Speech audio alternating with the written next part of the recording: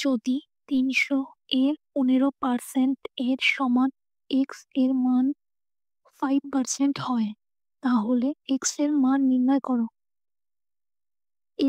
৩০০র ১৫% অর্থাৎ ৩০০ ইন্টু 15/100, 0 কাটার পর ৪৫ হলো।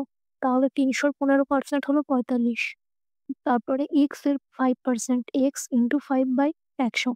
এবার প্রশ্নে বলা আছে যে এই দুটো সমান, অর্থাৎ প্রশ্নানুসারে x ইন্টু 5/100 ইকুয়ালস টু 45।